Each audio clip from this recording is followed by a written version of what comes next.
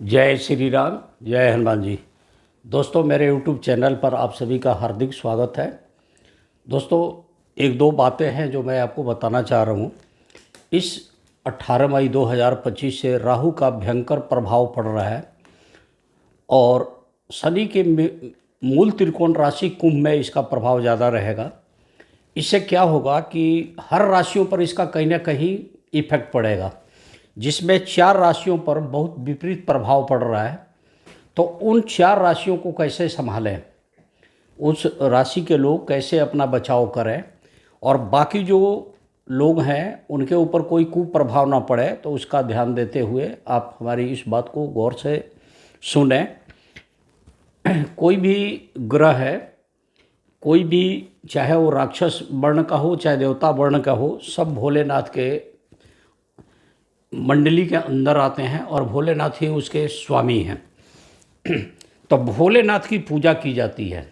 अब भोलेनाथ की जब पूजा की जाए तो ध्यान रखिएगा कि नीला काला कपड़ा बिल्कुल ना पहने। उस दिन धूप अगरबत्ती न जलाएं। सबसे बड़ी बात है कि 8 नारियल जटा वाली लेकर और भोलेनाथ का नाम लेके बहते पानी में प्रवाहित कर दें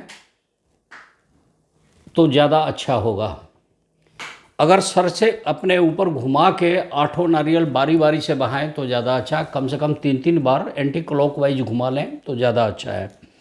और ध्यान रखिएगा, कॉफ़ी को शराब वगैरह ऐसा कुछ नहीं करना है। और शनि किसी कारण से बहते जल में नहीं डाल सके तो शनि मंदिर में ले जाकर छोड़ दीजिएगा, लेकिन फर्स्ट प्रायोरिटी मैं कहूँगा कि आप दें बहते जल में, ताकि राहु का कुप्रभाव से आप बचे रहें।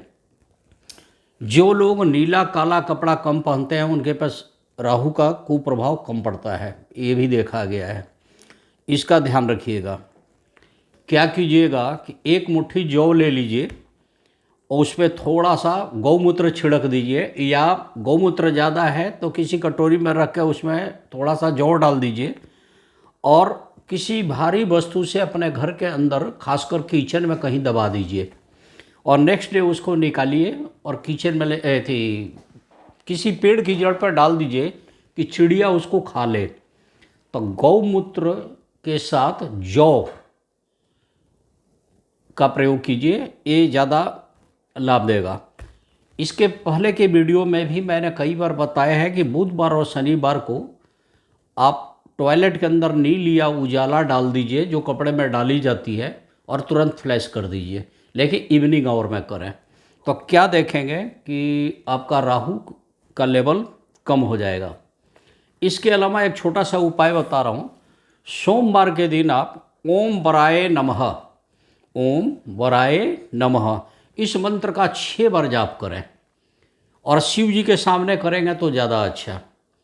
इस मंत्र का जाप करें, इससे भी राहु कंट्रोल में आना शुरू हो जाएगा। इसके अलावा काली चींटियों को आटे गुड़ की पंजीरी, उसमें काली तिल सफ़ेद तिल का पाउडर मिला के अगर डालते हैं, ऐसे जगह जहाँ किसी का पैर न पड़े या पानी में चींटियाँ डूबे नहीं, चींटियाँ सुरक्षित रूप से खाएं, तो जितना चींटी खाएगी उतना लाभ मिलेगा। मीठी बिस्कुट, बहुत ज़्यादा मीठी नहीं, नॉर्मल, अगर आप कुत्ते को खिलाते हैं तो भी आपका राहु कम होना शुरू हो जाता है, केतु भी शांत होते हैं। मछलियों को आटे की गोली डालने से भी राहु शांत होते हैं। पूर्वांचल के जनपद के लोग दही चूड़ा कौवे को खिलाते हैं, वो भी बहुत अच्छा है। आप कौवे को नमकीन भी डाल सकते हैं, जैसे नाना जी की भुजिया वगैरह, अगर कौवा अवेलेबल है तो उनको खिलाइए। सबसे ज़्यादा इसमें काम करेगा मछलियों को आटे की गोली देना। कई बार भैरवनाथ के मंदिर जो लोग जाते हैं, अगर वो राहु काल में जाके, पर डे का राहु काल अलग अलग होता है। सपोज संडे है तो संडे का दिल्ली के आसपास के इलाके में 4:30 बजे से 6:30 बजे के आसपास का, माने 1.5 घंटा 6 बजे तक का राहु काल रहता है। तो इस पीरियड में आप भैरवनाथ पे दारू वगैरह लोग चढ़ाते हैं, अगर आप भी चढ़ा दें तो ज़्यादा अच्छा। अगर ऐसा संभव नहीं है तो आप चढ़ा दीजिए। या जो स्वीपर दारू पीते हैं, आपको पता है, तो इस सैटरडे के दिन उनको अपने सर से उतार के दारू दे दीजिए, तो भी राहु का प्रभाव कम हो जाता है। कई लोग बहते पानी में भी दारू डालते हैं, इससे भी राहु कम हो जाते हैं।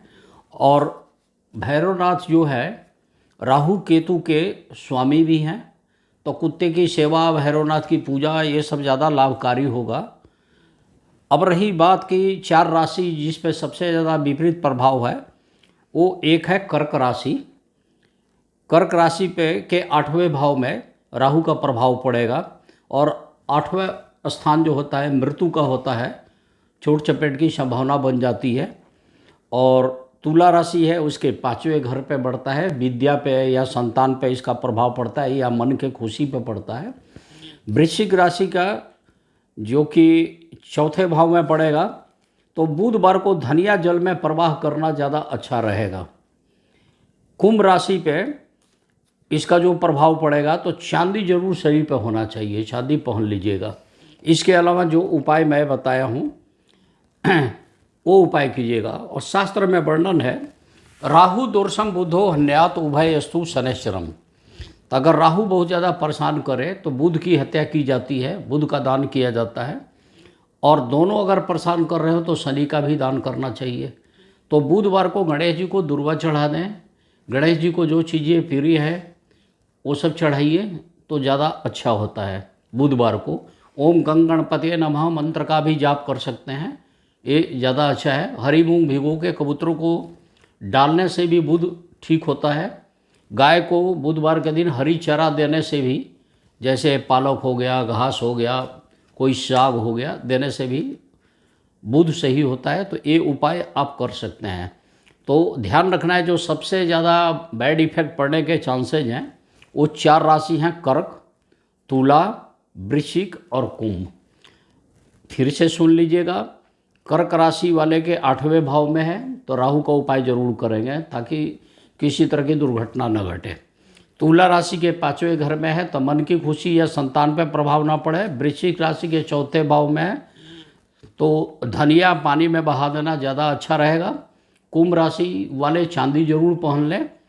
कर्क राशि वाले के 8वें भाव में अगर है तो राहु के उपाय में बिल्कुल कमी नहीं करेंगे। तुला राशि वाले भी कोई उपाय में कमी नहीं करेंगे।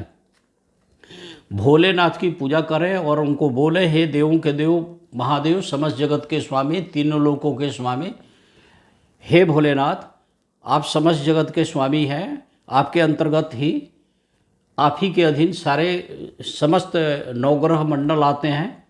तो आप राहु की शांति करें, मेरे ऊपर राहु का कोई कुप्रभाव न पड़े, ये उनसे विनती करें। इसके अलावा सुंदरकांड करना, हनुमान चालीसा पढ़ना बहुत लाभकारी है, क्योंकि सुंदरकांड के पाठ करने से और हनुमान चालीसा पढ़ने से भी राहु केतु शांत होते हैं। इवन शनि तो शांत होता ही है। शनि के विषय में सब जानते हैं कि मंगल की पूजा करने से, हनुमान जी की पूजा से शनि की छड़साती ढैया शांत होती है। लेकिन आज मैं जो बता रहा हूँ वो राहु के भयंकर जो प्रभाव पड़ने जा रहा है, शनि के मूल त्रिकोण राशि कुंभ पर सबसे ज़्यादा है। तो जहाँ जहाँ उसकी दृष्टि पड़ती है वहाँ उसका बैड इफेक्ट है, तो इसका उपाय करें, आपको लाभ मिलेगा। ठीक है, आशा नहीं पूर्ण विश्वास है कि आप हमारी इस बातों को देखते हुए, हमारी बातें सुनते हुए इसका उपाय करें और अपना बचाव करें और सुख शांति से रहे। यही मेरी मनोकामना है और मेरी शुभकामना है कि हनुमान जी आपकी रक्षा करें। जय श्री राम, जय हनुमान जी।